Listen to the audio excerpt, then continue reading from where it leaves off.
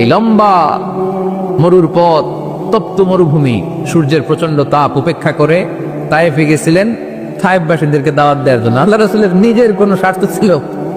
কথা কয় না। তায়েফবাসীদেরকে জাহান্নামের আগুন থেকে বাঁচানোর জন্য, তায়েফবাসীরা যাতে মাইন না খায়। আহা, কি নবী ছিল, কি দিলদরিয়া নবী ছিলেন। রাহমাতাল লিল আলামিন, I have sent you as a mercy for the entire universe. নবী হে, আমি আপনাকে গোটা বিশ্বের জন্য রহমত করে প্রেরণ করেছি। সুবহানাল্লাহ।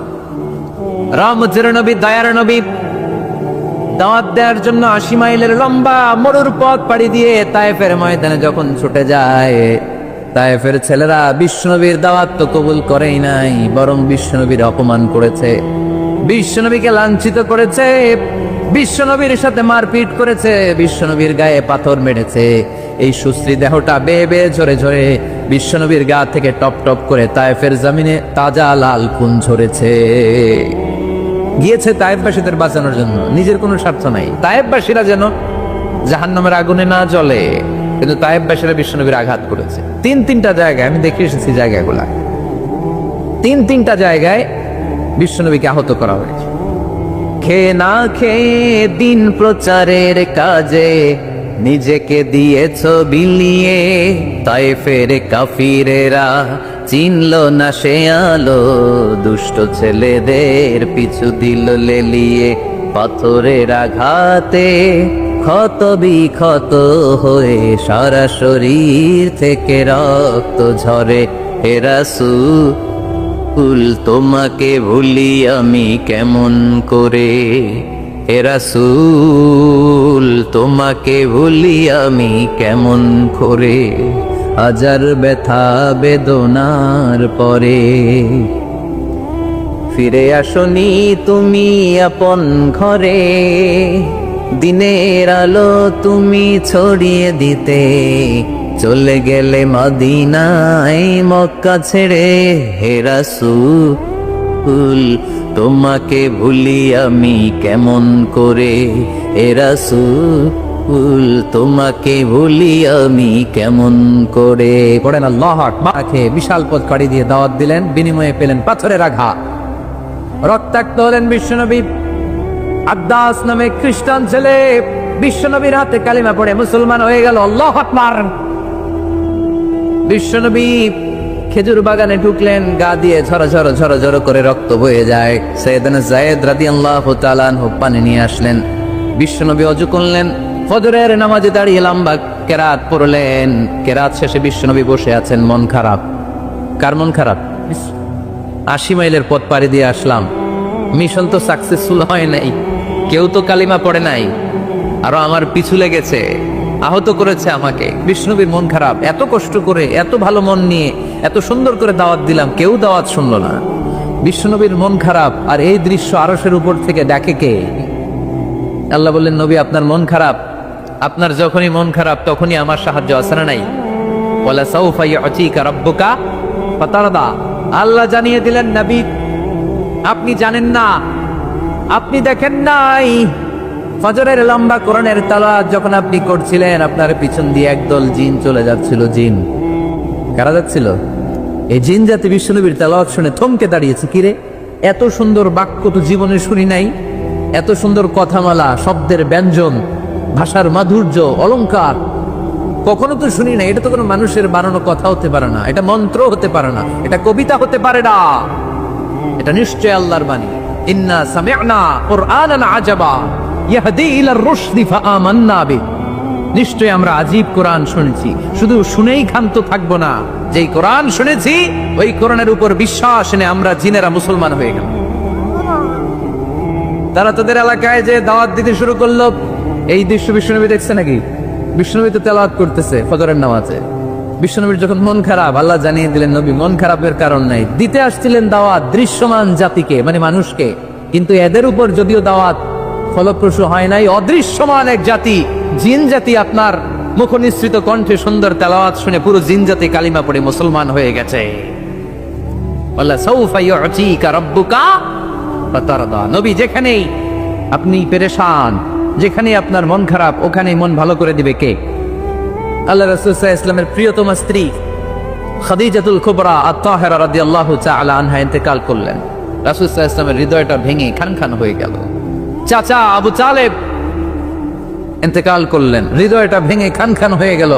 চারদিক থেকে শত্রুতা বাড়তে শুরু করলো, কোন দিক থেকে সাহায্য নাই।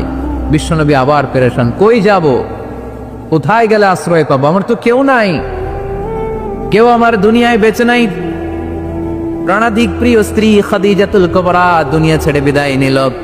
যেই চাচা আমার শেল্টার দিয়ে রাখতো কাফেরদের হাত থেকে, চাচাও চলে গেল। এখন আমি কই যাব? আল্লাহ বললেন, কই যাবেন? জায়গা পান না, আমার আরশে চলে আসেন, আমার আরশে চলে আসেন। সুবহানাল্লাযী আসরা বিআবদিহি লাইলাম মিনাল মাসজিদিল হারামি ইলাল মাসজিদিল আকসা।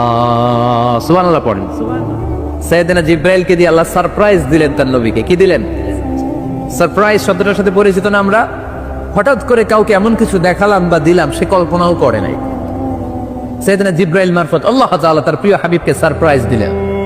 তিনি তার চাচাতো বোনের ঘরে শুয়েছিলেন, হঠাৎ করে সাইয়েদনা জিব্রাইল ঘরের ছাদকে উঠিয়ে ফেললেন, বিশ্বনবীকে সাঁ করে নিয়ে হাতিমে শুইয়ে দিলেন, গলার এখান থেকে নাভি পর্যন্ত ছিঁড়ে ফেললেন। এটাকে বলে ওপেন হার্ট সার্জারি। শাক্কে সাদার, সিনা চাক করলেন। আল্লাহ রাসূলের হৃদয় বের করে জামজামের পানি দিয়ে ধৌত করলেন। হৃদয়ে নূর, ঈমান, হিকমা, প্রজ্ঞা দিয়ে হৃদয়টারে আবার পরিপূর্ণ করলেন, আবার সেলাই করে দিলেন। তারপরে সরাসরি এখান থেকে বাইতুল মাকদাস, ওখান থেকে আল্লাহর আরশে নিয়ে গেলেন। ওয়াও, আল্লাহ সাউফা ইয়াতিকা রাব্বুকা ফাতারদা। নবী, এমন এমন জিনিস আমি আপনারে দেব, আপনি তো নিয়ে কুল পাবেন না। যখনই আপনার মন খারাপ, তখনই আমার দেয়া নেয়ামত আপনার জন্য ছাড়া নেই। মেরাজে চলে গেলেন, রবের সাথে সাক্ষাৎ করে দুনিয়া আসলেন। আসার পরে মক্কার লোকেরা আবার বিশ্বনবীকে হত্যার ষড়যন্ত্র শুরু করে দিল। বিশ্বনবী ডানে যাওয়ার জায়গা পায় না, বায়ে যাওয়ার জায়গা পায় না, সামনেও যেতে পারে না, পেছনেও যেতে পারে না। আল্লাহ বললেন, নবী এই এলাকায় আর থাকার দরকার নাই, আপনি মদিনায় চলে যান। তবা তয়বা মদিনাতুন নবী, পবিত্র শহর, যে শহরের মাটিতে বরকত, যে শহরের বালুতে বরকত। চিল্লায় পড়েন সুবহানাল্লাহ। বিশ্বনবী আল্লাহ তাআলার আদেশে এই কষ্টকর পরিস্থিতি থেকে উত্তরণের জন্য মক্কা থেকে মদিনায় গেলেন। মদিনায় যাওয়ার সাথে সাথে লোকজন গাইতে শুরু করলো, তালাআল বাদরু আলাইনা মিন সানিয়াতিল ওয়াদা ওয়াজাবা শুকরু আলাইনা মাদা লিল্লাহি দা আইয়ুহাল মাবউসু ফিনা جئت من أمر المطاع جئت شرفت المدينة مرحبا يا خير دابا সবাই পড়েন طلع البدر علينا من ثنيات الوداع وجب الشكر علينا ما دعا لله دا সুবহানাল্লাহ পড়েন। মক্কায় অত্যাচার, মক্কা থেকে গেলেন, সবাই ফুল নিয়ে দাঁড়ায় আছে আর পড়তে আরম্ভ করছে, তালা আল বদ্রু আলাইনা। আবার বৃদ্ধ বনিতা, মদিনার ছোট বড় মাঝারি নারী পুরুষ কেউ বাদ যায় নাই, সবাই বিশ্বনবী সাল্লাল্লাহু আলাইহি ওয়াসাল্লামকে ওয়েলকামিং রিসেপশন দেওয়ার জন্য চলে এসেছে। এই দৃশ্য দেখে বিশ্বনবীর মন খারাপ ছিল, আবার মন ভালো হয়ে গেল। এজন্য আল্লাহ বললেন, ওয়াদ-দুহা والليل إذا سجى ما ودعك ربك وما قلى وللآخرة خير لك من الأولى ولسوف يعطيك ربك فترضى سبحان الله পড়েন আওয়াজ করে, ولسوف يعطيك ربك فترضى। এ নবী, এমন এমন জিনিস দিব আপনি খুশি হয়ে যাবেন, খুশি হয়ে যাবেন। মদিনাতে যে আল্লাহ রাসূল সাল্লাল্লাহু আলাইহি ওয়াসাল্লাম মসজিদে নববী প্রতিষ্ঠা করলেন, আল্লাহ তাআলা কিবলা চেঞ্জ করে দিলেন। আগে পড়তো মক্কার দিকে নামাজ, এখন পড়ে ফিলিস্তিনের দিকে নামাজ। 16 থেকে 17 মাস রাসূল সাল্লাল্লাহু আলাইহি ওয়াসাল্লাম ফিলিস্তিনের দিকে, মানে ইহুদিরা যে দিকে নামাজ পড়ে ওই দিকে হয়ে নামাজ পড়লেন। কারণ আদেশটা কার? জোরে বলেন সবাই, আদেশটা কার? কিন্তু নবীর মন মানে না। নবীর মনে বড্ড আশা, আমার জন্মস্থান, আমার প্রিয় শহর মক্কার কাবা ঘরের দিকে যদি আমি সেজদা দিতে পারতাম আমার বড্ড ভালো লাগতো। কারণ কাবা আমার জন্মস্থান, মক্কা আমার জন্মস্থান, আমার বংশের গোড়া, আমার আদি পিতা ইসমাইল ইব্রাহিম এই কাবা ঘর নির্মাণ করেছে। তাই প্রত্যেকটা নামাজের পরে বিশ্বনবী আকাশের দিকে তাকায়, মনে মনে ভাবে কাবা যদি চেঞ্জ হয়ে যেত, কেবলা যদি আল্লাহ পরিবর্তন করে দিত কতই না ভালো হতো। নামাজ শেষে বিশ্বনবী দুঃখ নিয়ে উপরে তাকায়, আল্লাহ তো আর দেখে টেকে না, তাই না? দেখে দেখে। আল্লাহ বলে, কদ নারা তাকাল্লুবা ওয়াজহিকা